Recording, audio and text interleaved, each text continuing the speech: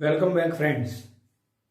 Today we are going to discuss further more about the use of microbes in another type of process that is called as sewage treatment. Right, आपको मालूम ही होगा कि बहुत सारा waste घर में से, हमारे घर में से या फिर विलेजेस या फिर सिटीज, यहाँ से जो वेस्ट निकलता है ज्यादातर उसमें क्या रहता है, वेस्ट वाटर रहता है.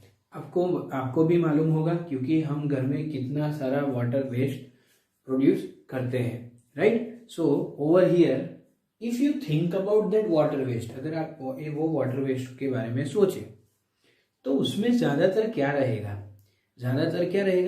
Human excreta. राइट, समझ पा रहे हो कि नहीं समझ पा रहे हो? ज्यादातर घर का जो कि वेस्ट होगा या फिर सिटीज का जो वेस्ट रहेगा, टाउन्स का जो वेस्ट रहेगा, उसमें वेस्ट वाटर में ज्यादातर क्या रहेगा, ह्यूमन एक्सक्रीटा. और उसको हम क्या बोलेंगे, म्यूनिसिपल वेस्ट. क्या बोलेंगे उसको? Municipal waste. And that municipal waste is referred as sewage. उसको हम क्या रिफर करेंगे, sewage. Right, so we are going to talk about that only, कि वो सीवेज को ट्रीट कैसे करना है. ओके, सो बेसिकली इंट्रोडक्शन से ही हम स्टार्ट करते हैं. तो वही बात कर रहे हैं, starting with large quantities of waste water. जो large quantities of waste water is produced from कहां से, सिटीज और टाउन्स में से. Right, now this waste water is also referred as municipal waste. और ऐसे म्यूनिसिपल वेस्ट को हम क्या बोलेंगे, we will call it sewage. अभी सोचने वाली ये बात है कि अगर ह्यूमन एक्सक्रीटा अंदर है, राइट, वेस्ट वाटर में ज्यादातर क्या रहेगा, this sewage will contain human excreta. और इसलिए ये सीवेज कैसा हो जाएगा, इसमें बहुत सारे पैथोजेनिक माइक्रो ऑर्गेनिज्म होंगे. पैथोजेनिक यानी डिजीज कॉजिंग. राइट, इसके अंदर पाए जाएंगे क्योंकि ये वेस्ट है. राइट, और उसमें भी हम ज्यादातर क्या मिलता है वेस्ट वाटर में, human excreta. Now this pathogenic microbes can cause disease. Right, तो इसको हम सीधा ही वाटर बॉडीज के अंदर रिलीज नहीं कर सकते.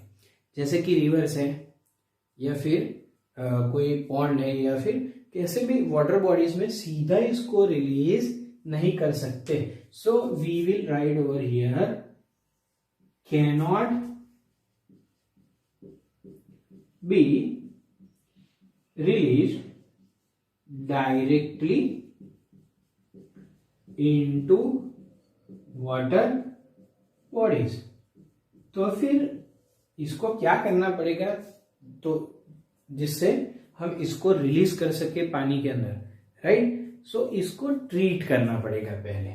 So this goes in sewage treatment plant. कहां जाएगा ये, सीवेज ट्रीटमेंट प्लांट के अंदर. और वहां से फिर इसको हम वाटर बॉडीज के अंदर रिलीज कर सकते हैं क्योंकि उसके अंदर जो पॉल्यूटेंट्स है वो कम हो जाएंगे. Right, so basically this is about the treatment. Now if I want to do treatment, तो किस चीज से मैं सीवेज ट्रीटमेंट करूंगा, तो जो सीवेज ट्रीटमेंट होगी वो नेचुरली जो इस सीवेज के अंदर हिट्रोट्रॉपिक माइक्रो ऑर्गेनिज्म होंगे. Right, so heterotrophic microorganism से ही उसको ट्रीट करने वाले हैं. Right, which is naturally present in the sewage और उससे ही ट्रीटमेंट करने वाले हैं. Okay, so now we will study the sewage treatment plant by a diagrammatic explanation. चलिए दोस्तों, अभी हम समझते हैं पूरा process by in way. I have drawn a diagram जिससे आपको अच्छे से समझ में आ जाए. राइट, आपको ये एक बार अच्छे से समझ में आ जाए तो फिर आपको फिर याद रखने की जरूरत नहीं पड़ेगी. अपने आप ही आपको पूरा पिक्चर माइंड में क्रिएट हो जाएगा. राइट, तो यहाँ पर आप अच्छे से समझिए. This process may be divided into two treatments या फिर 3 ट्रीटमेंट्स. हमारी एनसीईआरटी में 2 ट्रीटमेंट्स का डिस्क्रिप्शन दिया है. कई बार ऐसा भी देखने को मिलता है कि 2 ट्रीटमेंट के बाद 3rd ट्रीटमेंट भी अप्लाई की जाती है. Right, so first we will study the first 2 treatment, that is primary and secondary. और उसके बाद हमें 2 ऑप्शन होंगे. या तो हम सीधा पानी को रिलीज कर सकते हैं या फिर उसको सब्जेक्ट कर सकते हैं 3rd ट्रीटमेंट के लिए. Right, so we will discuss everything. चलिए स्टार्ट करते हैं. सबसे पहले प्राइमरी ट्रीटमेंट से. यहां पर प्राइमरी ट्रीटमेंट, यहां पर हमने एक टैंक बनाया है. जो प्राइमरी ट्रीटमेंट है वो पूरा एक फिजिकल प्रोसेस है. कैसा है? फिजिकल.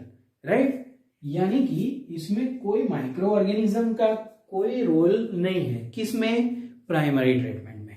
याद रखना है आपको, primary treatment is a physical process. Right, पूरा एक फिजिकल प्रोसेस है.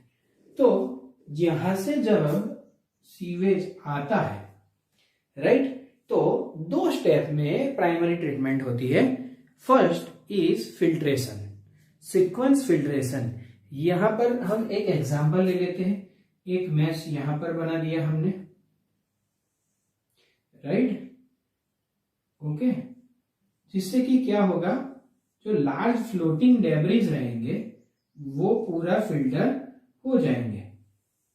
राइट, ये दूसरा छोटा मैश. ऐसा बहुत सारे मैश हम क्रिएट कर सकते हैं जैसे फिल्टर करना है.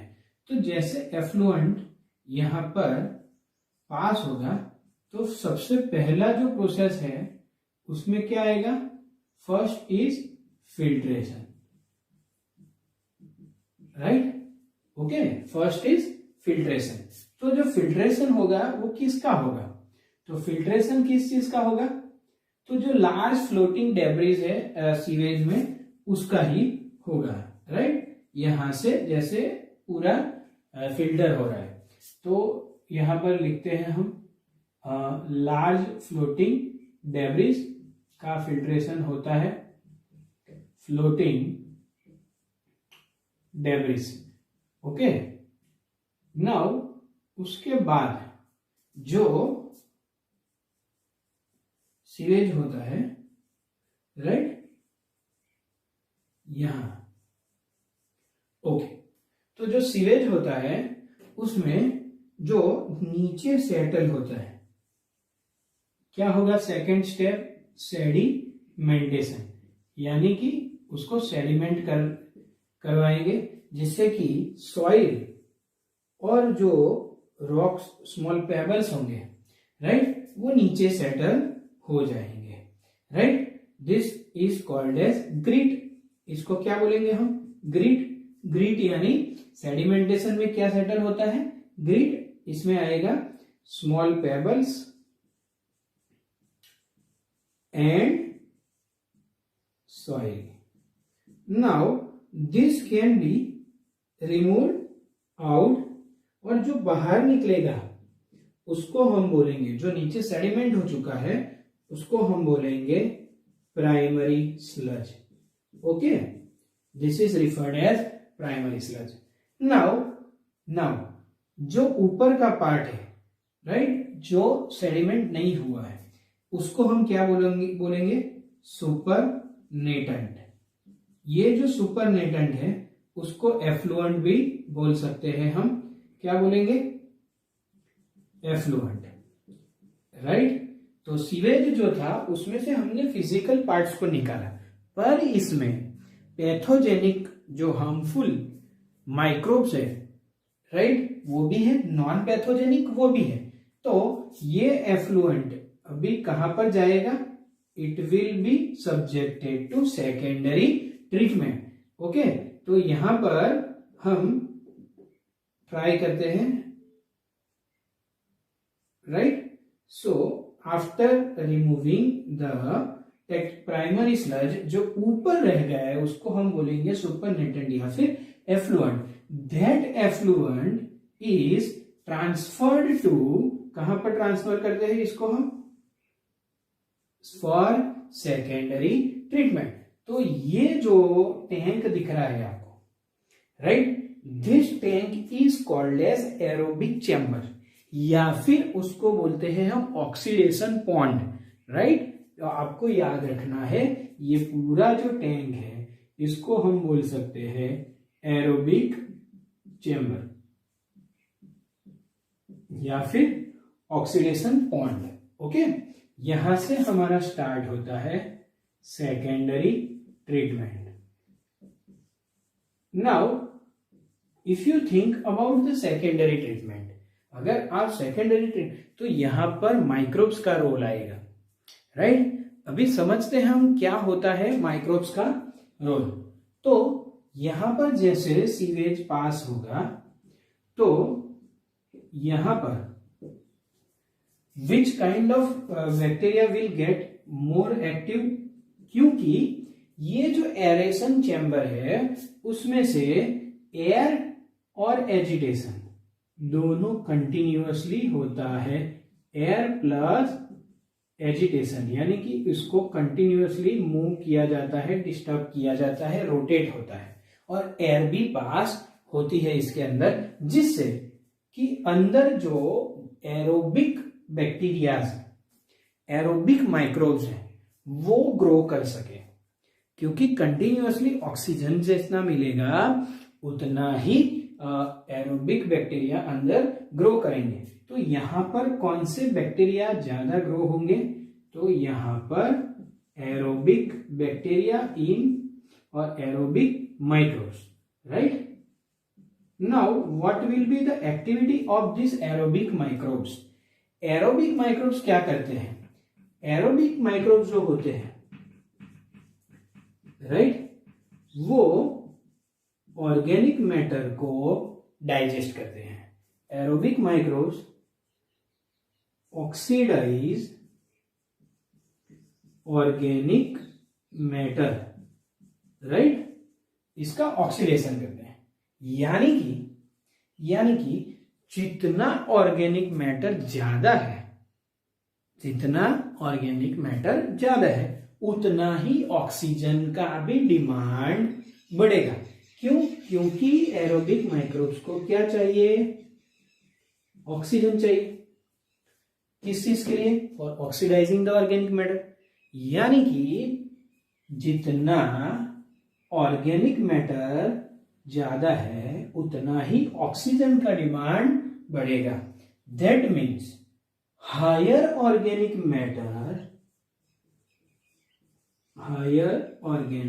Matter, right, that higher is the higher polluted water and also higher biochemical oxygen demand. समझ में आ रहा है आपको? अगर मैं बोलूं कि लोअर है ऑर्गेनिक मैटर तो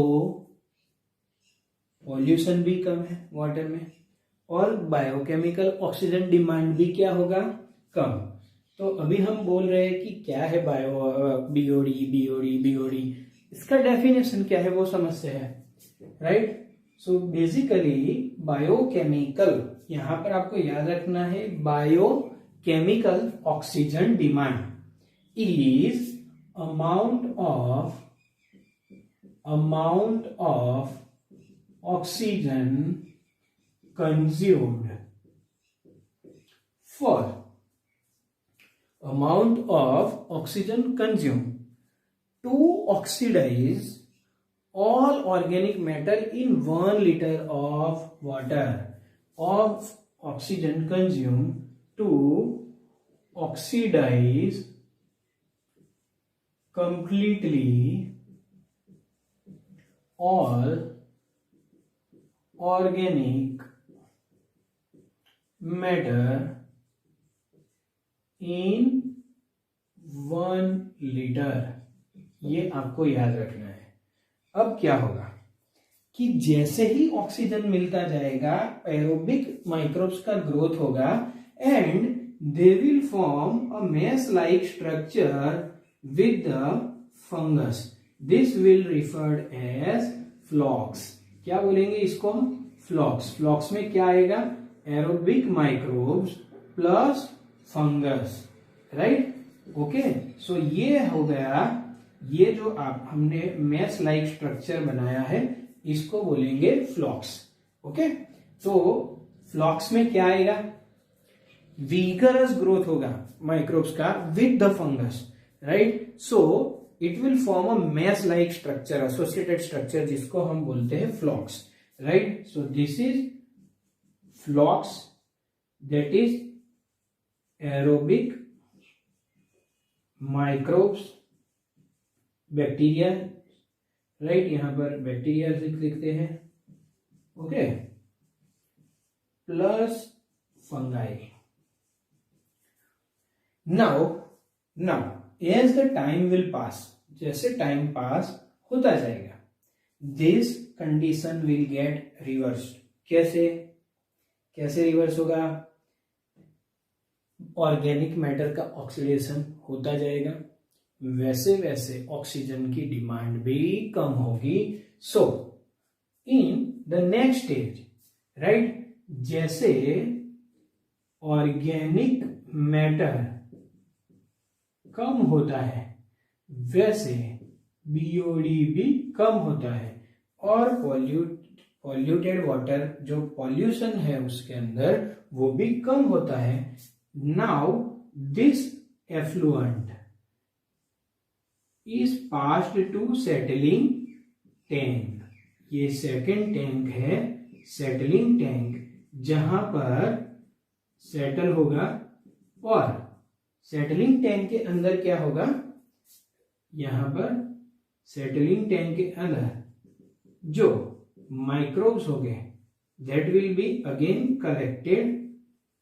राइट. क्योंकि इसका हम फिर से यूज कर सकते हैं. तो this will be again use. This is referred as activated sludge. क्या बोलते हैं इसको? Activated sludge. Right. Now this passes. This can be transferred again to कौन से चैम्बर में? Aerobic chamber. So this activated sludge act as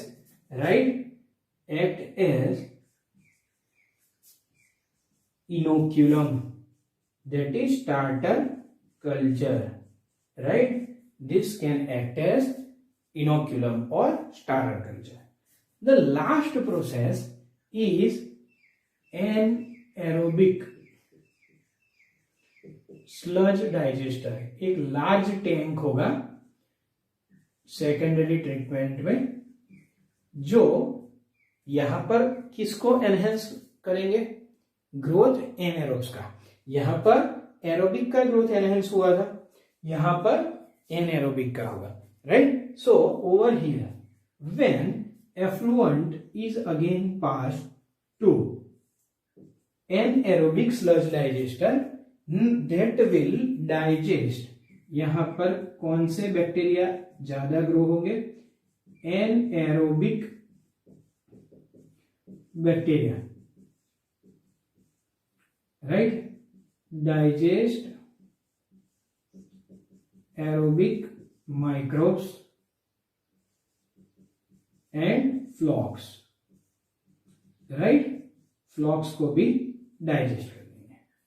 तो जब ये प्रोसेस होगा, यहां पर देखिए ये एरेशन चैम्बर था तब जाके यहां से CO2 प्रोड्यूस होता था। क्यों? क्योंकि यहां पर ऑक्सीडेशन होता था।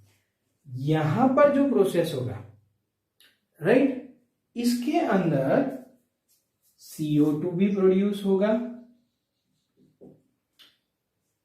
H2S हाइड्रोजन सल्फाइड और एक CH4 जो कि मीथेन है। ये आपको याद रखना है एनाएरोबिक स्लज डाइजेस्टर में कौन कौन से गैस प्रोड्यूस होते हैं। तो यहां पर अगर हम लिखें, राइट, फिर से एक बार CO2, H2S and CH4, right? After this,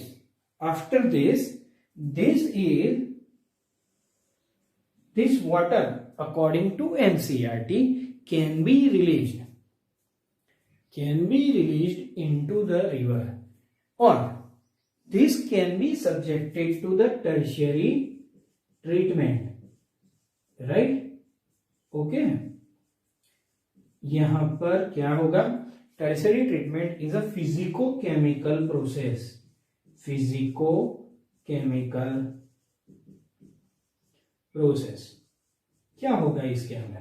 पहले तो सबसे पहले जो ट्रेस बाकी रह गया ऑर्गेनिक मैटर का उसको रिमूव करेंगे। उसके बाद जो इनऑर्गेनिक कंपाउंड्स है उसको रिमूव कर देंगे। उसके बाद जो रहा है उसको फिर से ऑक्सीडेशन के लिए क्लोरीनेशन करेंगे, यानी क्लोरीन गैस को पास कर सकते हैं, या फिर ओजोन गैस को, या फिर उसको इवेपोरेशन के लिए सब्जेक्ट कर सकते हैं, right? So this is a tertiary treatment and then it can be release to the rivers. 85% pollution इससे रिड्यूस होता है। आपको याद रखना है ये। This tertiary treatments also include UV light, right, यानी कि क्लोरीन गैस या फिर ओजोन गैस जिससे ऑक्सीडेशन बढ़े, या फिर यूवी या फिर इवेपोरेशन। ओके, क्लोरीनेशन या फिर इवेपोरेशन। जो गैसेस थे उसको हम क्या बोल सकते हैं? बायोगैस। ये एक हाईली इन्फ्लेमेबल गैसेस है। वो कहां पर बने थे? एनाएरोबिक स्लज डाइजेस्टर। ये आपको बहुत अच्छे से याद रखना है कि ये जो गैसेस थे वो उसको हम बोल सकते हैं biogas, and they are producing a foul order. एक थोड़ी बदबू भी आती है, पर ये एक सोर्स ऑफ एनर्जी भी है क्योंकि ये इन्फ्लेमेबल गैसेस है। So this is about the sewage treatment plant. Now this type of you are able to see कि पॉपुलेशन ऐसे ही बढ़ रही है, बहुत ही बढ़ रही है। जैसे पॉपुलेशन बढ़ती है तो सीवेज का प्रोडक्शन भी ज्यादा होगा। तो इसके लिए जो हमारी नेचुरल वाटर बॉडीज है वो भी पॉल्यूट होती जा रही है। तो गवर्नमेंट जो है हमारी, इन्होंने गंगा एक्शन प्लान और यमुना एक्शन प्लान इनिशिएट किया है ताकि उसमें से ये वेस्ट रिमूव हो सके। सो this is all about the sewage treatment plant, right? आपको खास याद रखने हैं ये गैसेस। यहां पर क्या होता है ये आपको याद रखना है, राइट? उसके बाद आपको ये कंसेप्ट भी क्लियर होना चाहिए। व्हाट इज BOD ये भी मालूम होना चाहिए। प्राइमरी ट्रीटमेंट जो है वो है फिजिकल, उसमें प्राइमरी स्लज रहती है विच इज एक्टिंग एज इनोक्युलम। तो एक्टिवेटेड स्लज जो कि सेटलिंग टैंक में बना था, ये सब आपको याद होने चाहिए।